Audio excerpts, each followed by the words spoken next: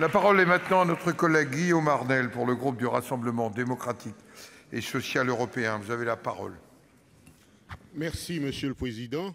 Il est un dicton qui dit chez nous, quand il pleut, c'est souvent averse.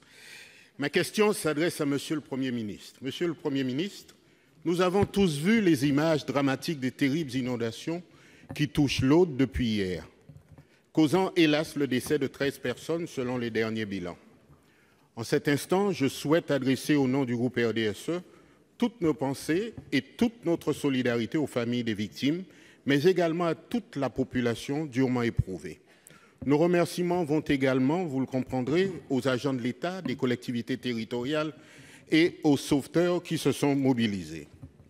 Ces images m'en rappellent malheureusement d'autres, celles de l'ouragan Irma qui a frappé les Antilles et notamment mon territoire, Saint-Martin, en septembre 2017, laissant derrière lui la destruction et la désolation.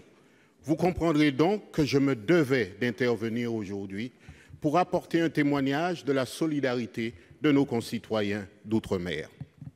Bien sûr, au-delà de cette émotion légitime, les conséquences concrètes du changement climatique sont désormais bien là, n'en déplaise aux climato-sceptiques.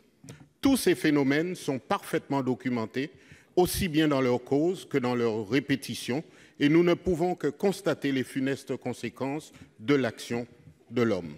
Mais il arrive un moment où les statistiques et où les expertises doivent s'effacer devant l'impératif de préserver des vies humaines.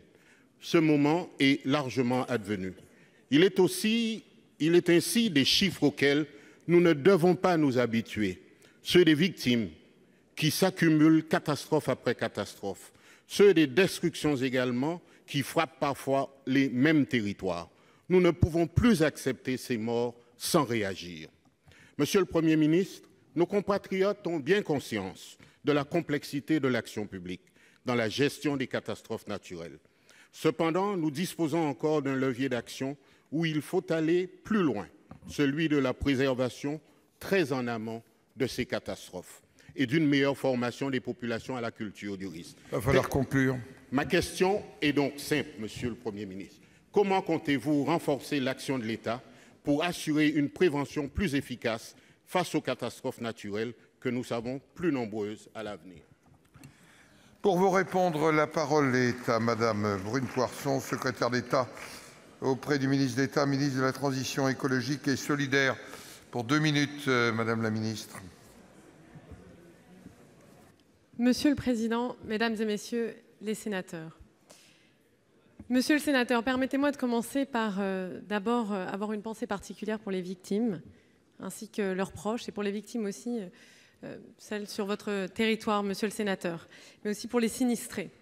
Et par saluer aussi l'extraordinaire travail des services de secours de l'État, comme l'a fait le ministre de l'Intérieur à l'instant, pompiers, gendarmes qui ont travaillé sans relâche sur le terrain.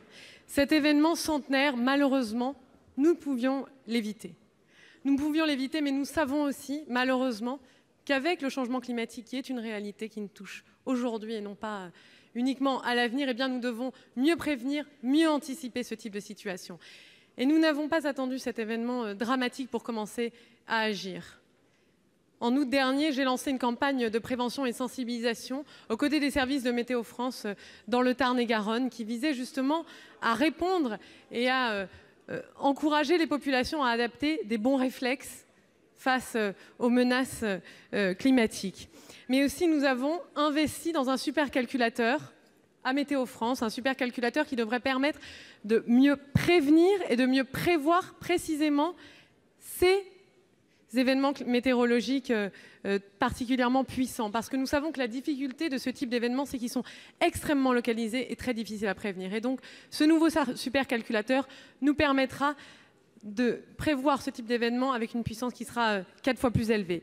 Et puis aussi, depuis mars 2017, le ministère de la Transition écologique et solidaire a mis en place un système nommé Vigicru-Flash qui permet de donner aux élus locaux une information en temps réel qui peuvent ensuite donner aux populations locales et partager en temps réel de l'évolution de l'événement météorologique. Et j'invite à cette occasion l'ensemble des collectivités qui n'ont pas encore souscrit à ce service-là de le faire aussitôt que possible. Et les services du ministère de la Transition écologique et solidaire se tiennent à la disposition des élus. Je vous remercie.